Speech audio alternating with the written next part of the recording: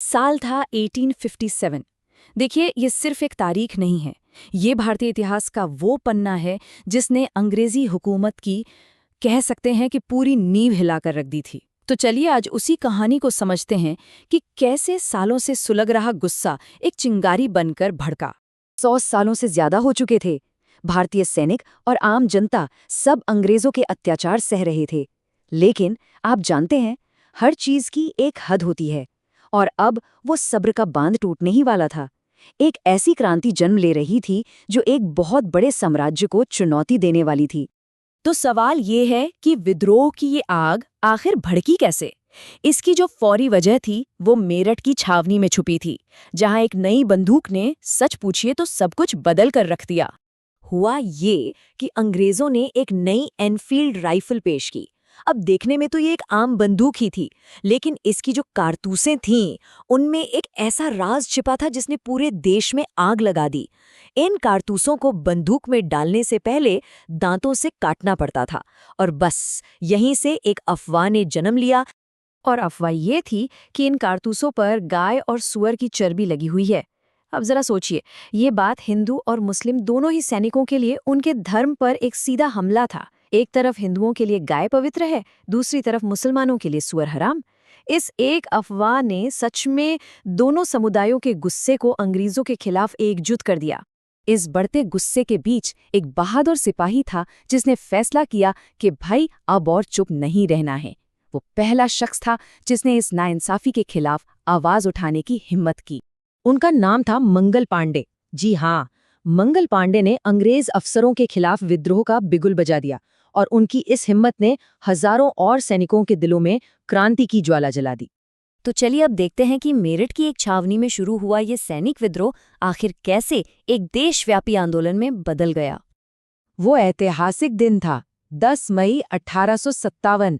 इसी दिन मेरठ में सैनिकों ने खुले तौर पर बगावत कर दी।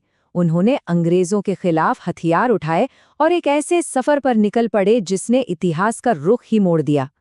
इन सब सैनिकों की मंजिल एक थी, दिल्ली।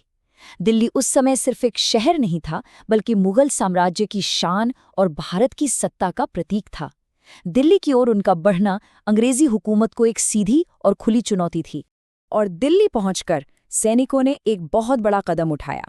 उन्होंने मुगल सम्राट बहादुर शाह जफर को पूरे हिंदुस्तान का बादशाह घोषित कर दिया। और बस इसी एक कदम ने इस विद्रोह का रूप ही बदल दिया।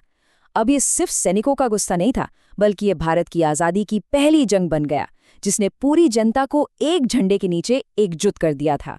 मेरठ से जो चिंगारी उठी थी, वो जल्द ही पूरे उत्तर भारत में आग की तरह फैल गई। चलिए अब उस दौर के कुछ महान नायकों से मिलते हैं जिन्होंने इस लड़ाई का नेतृत्व किया। ये आग अब किसी एक जगह तक सीमित नहीं थी।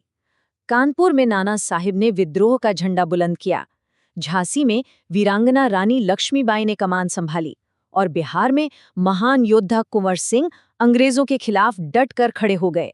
मतलब पूरा उत्तर भारत इस लड़ाई में शामिल हो चुका था। और हाँ, झांसी में एक ऐसी वीरांगना रानी उठी जिनकी बहादुरी की मिसालें आज भी दी जाती हैं। उन्होंने ये साबित कर दिया कि शौर्य और वीरता किसी लिंग के मोहताज नहीं होते। वो थी रानी लक्ष्मीबाई। उन्होंने अपने राज्य झांसी को बचाने के लिए अंग्रेजों से सीधी टक्कर ली और अपनी असाधारण लीडरशिप से इतिहास में अपना नाम हमेशा के लिए अमर कर लिया। घोड़े की पीठ पर, हाथ में तलवार लिए रानी लक्ष्मीबाई जब मैदाने जंग में उतरती थीं, तो उनकी बहादुरी देखकर अंग्रेजों के भी दिल दहल जाते थे। वो आज़ादी की लड़ाई का एक अमर प्रतीक बन गई। हालांकि विद्रोह को आखिरकार दबा दिया गया था, लेकिन जो आग उसने जलाई थी वो कभी बुझ नहीं पाई। चलिए इसके आखिरी दौर और इसकी जो विरासत है उस पे एक नज़र डालते हैं। देखिए, इसमें कोई शक नहीं कि अंग्रेजों की सेना ज़्यादा संगठित थी और उनके पास बेहतर हथियार थे। महीनों की भीषण लड़ाई के बाद उन्होंने धीरे धीरे देश के अलग अलग हिस्सों में विद्रोह को बड़ी बेरहमी से कुचल दिया। इस संग्राम में अनगिनत वीरों और वीरांगनाओं ने अपने प्राणों की आहुति दे दी। लेकिन एक बात याद रखनी बहुत जरूरी है, उनकी ये कुर्बानी बेकार नहीं गई, बिल्कुल नहीं। उन्होंने आने वाली पीढ़ियों के लिए आज़ादी का रास्ता तैयार कर दिया था। 1857 का ये संग्राम भले ही उस समय सफल नहीं हुआ, पर इसने भारत में आज़ादी की लड़ाई की नींव रख दी थी।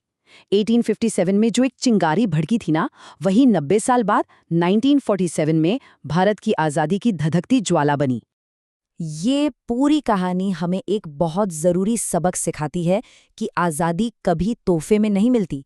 इससे हासिल करने के लिए हमेशा बलिदान देना पड़ता है। तो सवाल ये उठता है कि आज के दौर में हम इस कहानी से क्या सीख सकते हैं? उन वीरों का बलिदान हमें आज क्या याद दिलाता है? इस पर एक बार ज़रूर सोचिएगा।